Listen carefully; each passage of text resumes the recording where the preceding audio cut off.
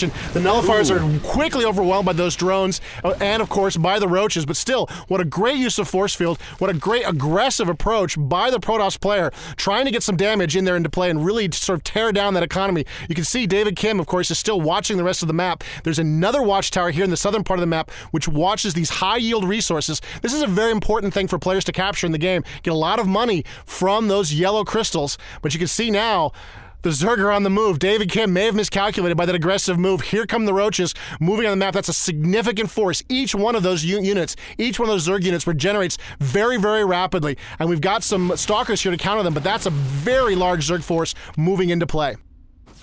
So as you can see, the roaches very clearly outnumber all of these Stalkers, but we did see David Kim research the blink ability, and oh my god, there it is! He's moving it away, blinking just as his Stalkers get to the kill range from all of those roaches. He only gets one of the Stalkers down. We still see a ton of blinks going on.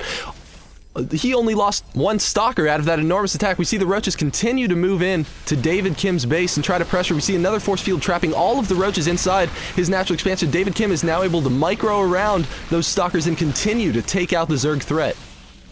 Yeah, that was a great use of force field. It didn't look like it was that dangerous, but you can see even now it's preventing those forces from coming up very, very quickly.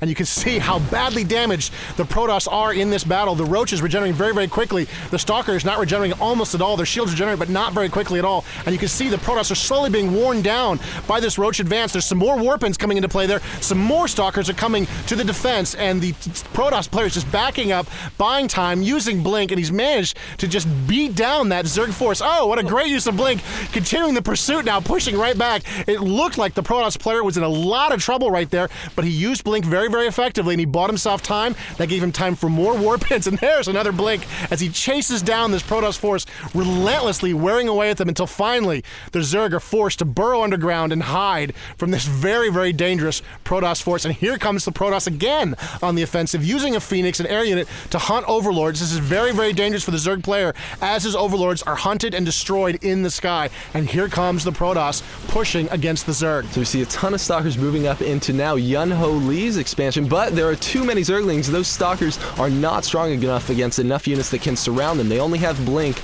and that's on a 10-second cooldown, so those things are going to get surrounded again because the Zerglings are so fast, and David Kim's assault is thwarted. Yeah, and you can see just how badly those units were damaged in the previous attack. The Stalkers were quickly surrounded. They couldn't really get away. They couldn't use their speed. Even the Blink was of limited use. And here comes a combo. Here comes a Phoenix and Void Ray combo using the Graviton Beam to pick that Queen in the air. She's floating in there helpless right now from the Graviton Beam, and the Void Ray using his very powerful attack to just power down that Queen. You can see the Protoss are just on the offensive in the air. Meanwhile, the Zerg are on the offensive in the ground, moving in to engage this base. It's a lot of Zealots and a Photon Cannon as the Protoss back up and use that very narrow position, trying to trap the Zerg where they can't get a surround. The Zerg want to wrap around their enemy, but the Protoss want to fight in a narrow frontage, and the Protoss had that advantage there, so the Zerg didn't like it. They moved away, and now they're going to see what kind of damage they can do in what appears to be a fairly helpless Protoss base. So it looks like David Kim's main base is very, very defenseless at this point. We see a couple of those Zerglings looking to move away from the pack,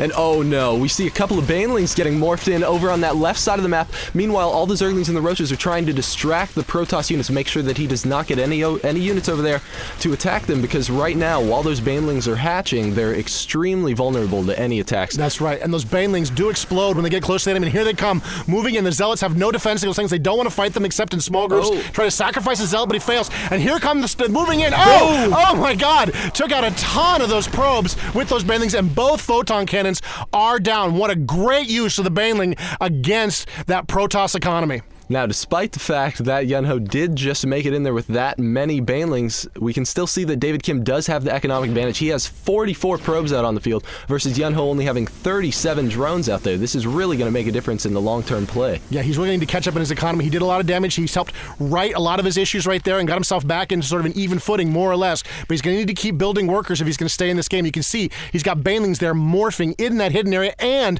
another expansion. Meanwhile, in the middle of the map, the Protoss player is tearing through those rocks and prepared to make what may be a little bit of a surprise attack on the Zerg. Ooh, but it's apparently not that much of a surprise attack. I believe that Yun-Ho had an Overlord somewhere nearby so that he could see those destructible rocks going down. We see David Kim working through that second destructible rock, only a few more seconds, and he'll be able to move into Yun-Ho's base what he thinks will be freely. He now sees, oh wow, looks like Yun-Ho's going to be tricking him, trying to bait all of those Protoss forces into chasing only his 4 Roaches, and boom! Oh, no! 10 Banelings jump all up of out those of the ground. Banelings just took out all of the Zealots. You can see only by using Force Field did he narrowly escape total destruction of his force right there. Still huge amounts of damage done to the Protoss.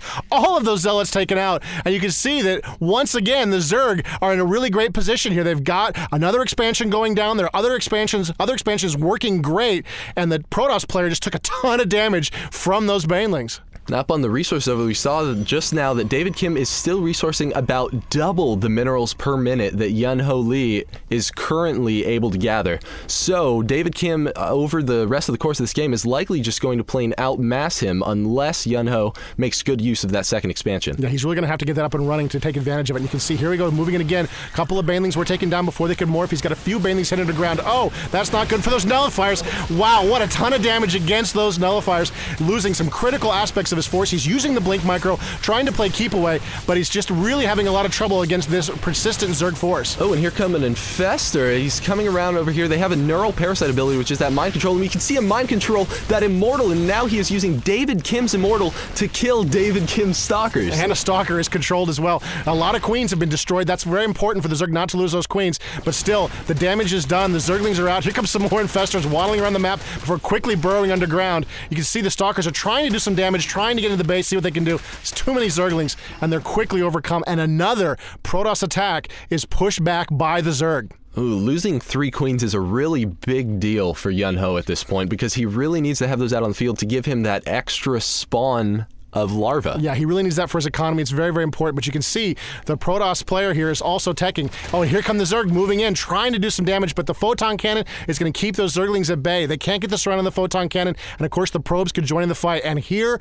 is the real danger. Colossus are being built on that high ground location by the Protoss, so that's a real threat to this Zerg player. That's right, David Kim's doing a little sneaky tech up there, building those 2 robotics facilities and making those Colossus out of anywhere that Yun-Ho was able to see so far. David Kim is gathering out in front of his base, but because those Infestors are able to move while burrowed, Yun-Ho knows exactly what David Kim is up to. Yeah, so he's seen everything that's going on there. He, of course, hasn't seen the Colossus yet. He's been using his scouts on the main base. He doesn't know the threat of the Colossus potentially is even in play at this point, though he could guess.